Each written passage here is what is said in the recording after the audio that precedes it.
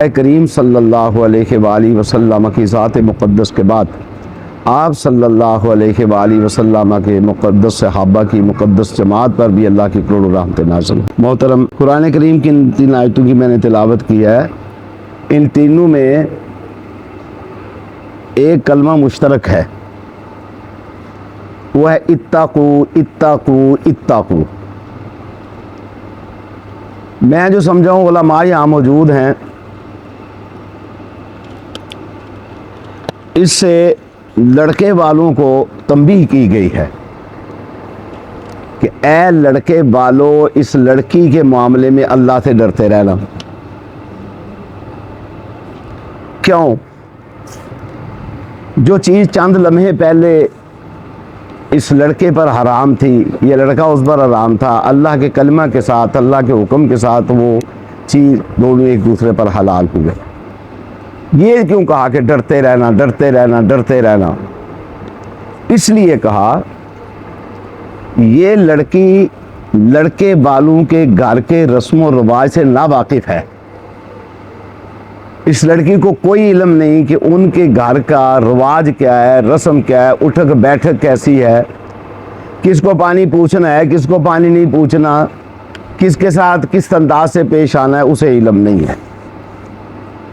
फरमाया अगर उससे कोई छोटी मोटी लग़्ज़िश हो जाए तो फरमाया दरगुदर से काम लेना। कैसे? नबी करीम सल्लल्लाहु अलैहि वसल्लम इरशाद फरमाते, लोगों अपने घर वालों के लिए बेहतर साबित हुआ करो। मैं तुम सबसे ज़्यादा बेहतर हूँ अपने घर वालों के लिए, अपने अहले खाना के लिए। उलमा मौजूद हैं, मेरे अपने ज़ाती मुतालिया के मुताबिक ये है, 2 काम नबी सल्लल्लाहु अलैहि वसल्लम ने सारी ज़िंदगी नहीं किए। एक, कभी अपनी बीवी को मारा नहीं और एक गाली नहीं दी। मैंने अक्सर व बेशतर देखा है, बड़े बड़े नमाजी हजरात भी माशाअल्लाह तारी तौर पर चेहरे भी उनके शरीयत से मुज़य्यन होते हैं, लेकिन ज़बान उनकी कंट्रोल में नहीं होती। नबी सल्लल्लाहु अलैहि वसल्लम ने फरमाया बाद लोग ऐसे हैं कि अपने माँ बाप को गालियाँ देते हैं। पूछा सहाबा ने, अल्लाह के रसूल सल्लल्लाहु अलैहि वसल्लम, ऐसा भी कोई है कि जो अपने माँ बाप को गाली दे? तो फरमाया वह दूसरे की माँ को गाली देता है जो आप में गाली दिलवाता है अपनी माँ को, दूसरे के बाप को गाली देता है जो आप में गाली दिलवाता है अपने बाप को। तो सबसे पहली चीज़ है कि इंसान अपनी ज़बान पर कंट्रोल करे। एक और हदीस में है, नबी सल्लल्लाहु अलैहि वसल्लम ने फरमाया कि ये जिस्म के जितने अज़ा हैं ना, ये सुबह सुबह जब उठता है ना इंसान, तो सारे ज़बान के सामने हाथ बांधते हैं। मफ़हूम ये है हदीस का, कहते हैं इस्तक़ामते, अगर तू सही रही, इस्तक़ामना हम भी खैरियत से रहेंगे। अगर तूने को ख़राबी की तो हमारी भी खैर नहीं है। खराबी तू करेगी थप्पड़ मुंह पर पड़ेगा, खराबी तू करेगी सोटा कंड दे पवेगा, खराबी तू करेगी जूता सर से पवेगा। फरमाया कि सारे अज़ाओं से कहते हैं अल्लाह से डरना, अगर तू सीधी रही तो हम भी खैरियत से आफियत से रहेंगे।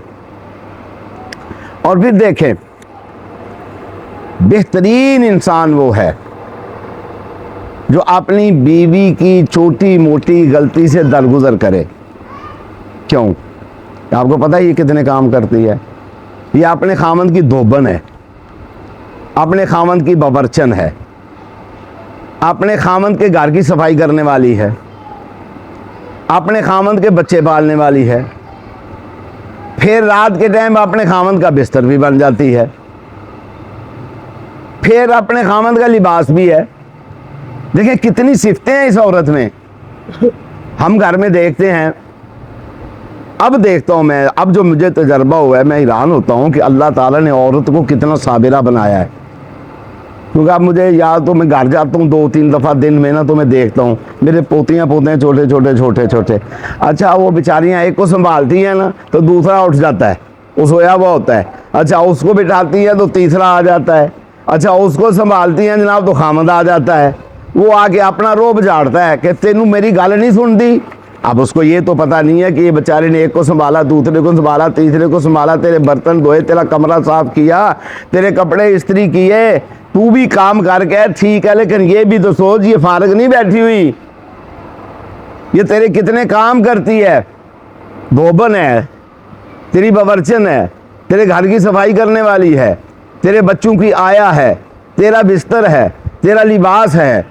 इसलिए क्या फरमाया, फरमाया अगर इसकी कोई बात पसंद नहीं आई तो सारी बातें तो बुरी नहीं होती ना, अच्छी भी तो होती हैं। फरमाया अच्छी बात की तरफ तवज्जो कर। को ज़रूरी है कि डांग सोटा फाड़ के खड़ा हाथ दे विच अपना सुकून भी बर्बाद कर लेना और अपने घर वालों का सुकून भी बर्बाद कर देना। इसलिए फरमाया इत्तकू, इसके मामले में अल्लाह से डरना।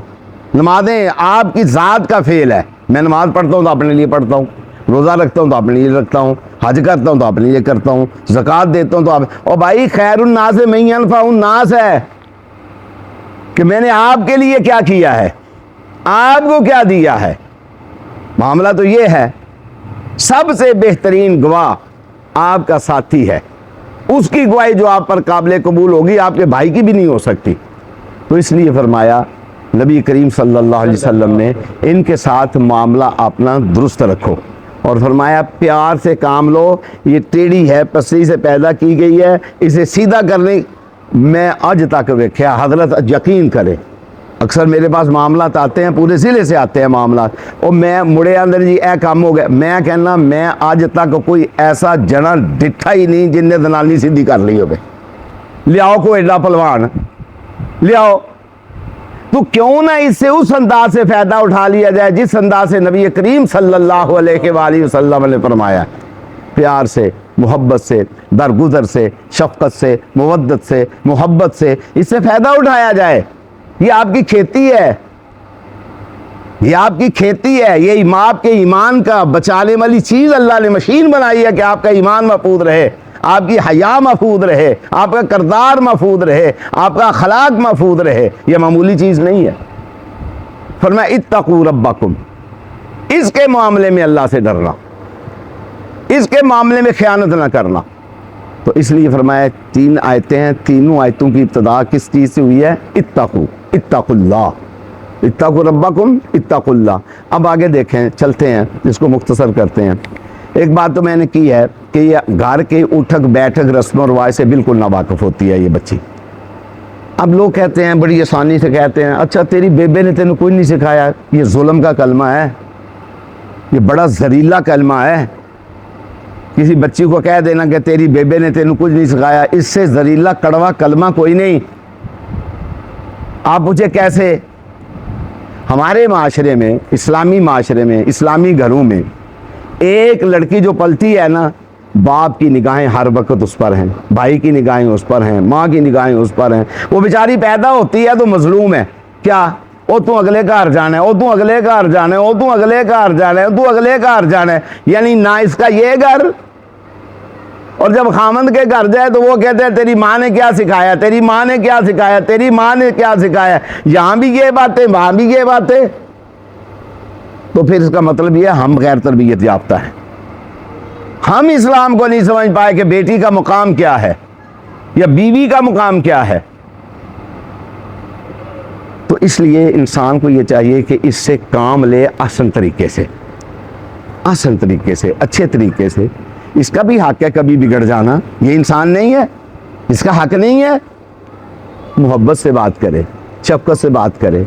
नबी करीम सल्लल्लाहु अलैहि वसल्लम को गुस्सा तो आता था ना आपको, आप खामोशी इख्तियार करते थे, खामोश हो जाते थे। आपको पता है 1 महीने के लिए आप बिल्कुल खामोश हो गए।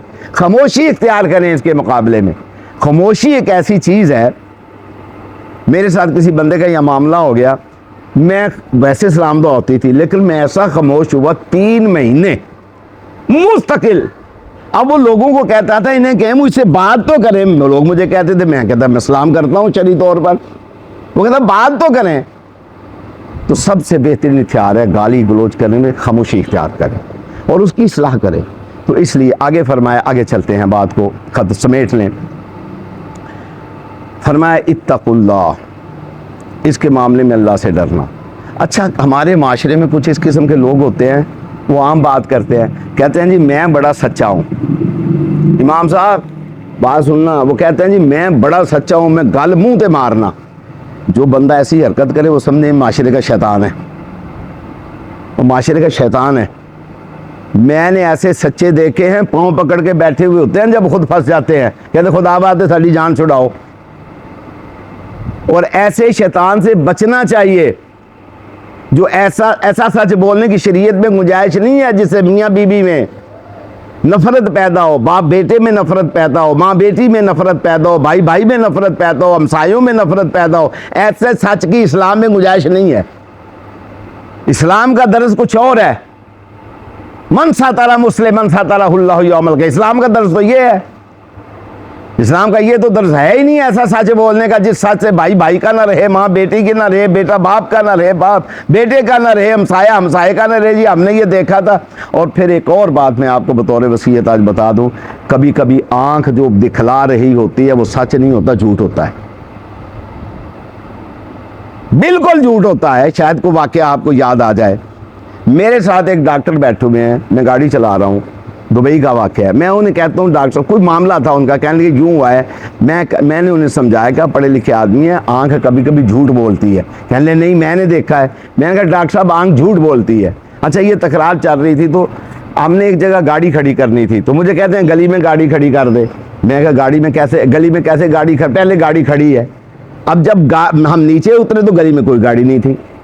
आंख कभी कभी झूठ बोलती है, वो जो दिखला रही होती है वो नहीं होता। इसलिए हुक्म है कि मन सातरा मुस्लिम मन सातरा उल्ला यौमल क़ियामा, ऐसी बात ना कर गुजरना जिसके बाद तू बजाते खुद शर्मसार हो जाए।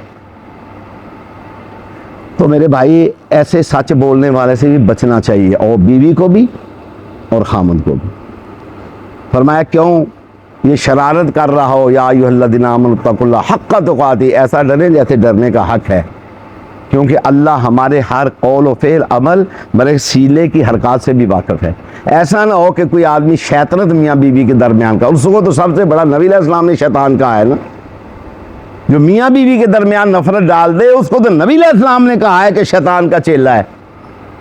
शैतान तख्त पर उसे जफ्फी मार के मिलता है, आ जा तू मेरे मामे का पुत्र है। होशियार रहना चाहिए ऐसे लोगों से जो मियाँ बीवी के दरमियान ऐसी गुफ्तगू करें जिससे खामन के दिल में नफरत पैदा हो या बीवी के दिल में नफरत पैदा हो। वो शैतान का खास चेला होता है। तो उसकी बात सुन के ला हौला वला कुव्वत इल्ला बिल्लाहिल अलिय्यिल अज़ीम पढ़ ली। ऐसे शैतान आदमी को भी इस्लाम ने तंबीह की है, तू शैतानत कर रहा हो, ऐसा लोग कि तेरी मौत हालत शैतानत में ना वाक़या हो जाए। या अय्युहल्लज़ीना आमनू तक़ुल्लाह हक़्क़ तुक़ातिह वला तमूतुन्ना इल्ला व अंतुम मुस्लिमून।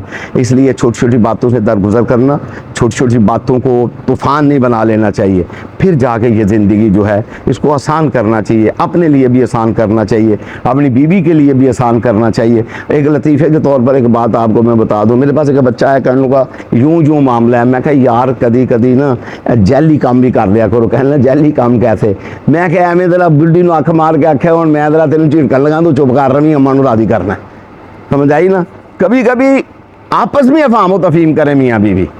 माँ बाप का हक माँ बाप को दें, बीवी का हक बीवी को दें। और माँ बाप को नहीं चाहिए कि उनकी ज़िंदगी को, उन्हें ज़िंदगी गुजारी होती है, सब पता होता है, सब इल्म होता है बूढ़े लोगों को कि क्या है ज़िंदगी, ये क्या कर रहे। इसलिए मेरे भाई माँ बाप को भी चाहिए कि उनकी ज़िंदगी को बर्बाद करने की कोशिश ना करें, और बेटे को भी चाहिए जो उनका हक है उन्हें दे, बीवी का जो हक है वो बीवी को दे। और बीवी की जिम्मेदारी क्या है? सिर्फ ये तो खामद की जिम्मेदारी है। एक ही हदीस में बयान करता हूँ, नबी सल्लल्लाहु अलैहि वसल्लम का एक सहाबी काम करने गया है, मजदूरी करके वापस आया है। मजदूरी करके जब वापस आया तो आने से पहले बच्चा फौत हो गया। बीवी ने क्या किया, बच्चा संभाल के रख दिया। खामद आया है, पानी दिया, गुसल किया, सारी ख्वाहिशें उसकी पूरी की हैं, खाना दे दुआ के, कपड़े तब्दील करा के फिर बताया है कि बच्चा फौत हो गया। ये नहीं है कि खामन घर में दाखिल हो और जनाब ठा करके ऐसी खबर उसको सुनाए कि वो बेचारा सारी दिन का थका आ रहा, घर में आए वो परेशान हो कि या अल्लाह मैं इस अजाब में आ गया हूँ। वो घर में आए तो जन्नत महसूस करे, जन्नत महसूस कर मैं अपने घर में आया हूँ। अल्लाह ताला से मैं दुआ करता हूँ कि अल्लाह ताला इस निकाह में बरकतें अता फरमाए। और दुआ से पहले देखो ऐनक किधर गई।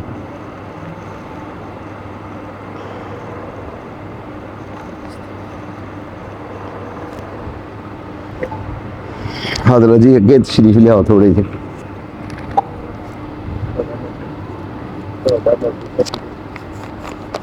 नहीं नहीं मक्कूगे ठुपने ਅਸੀਂ ਇਹਨਾਂ ਵਾਸਤੇ ਦੁਆ ਕਰਾਂਗੇ ਕਿ ਅੱਲਾਹ ਤਾਲਾ ਇਹਨਾਂ ਵਾਸਤੇ ਸਾਨੀਆਂ ਦੇ ਦਰਵਾਜ਼ੇ ਖੋਲ ਦੇ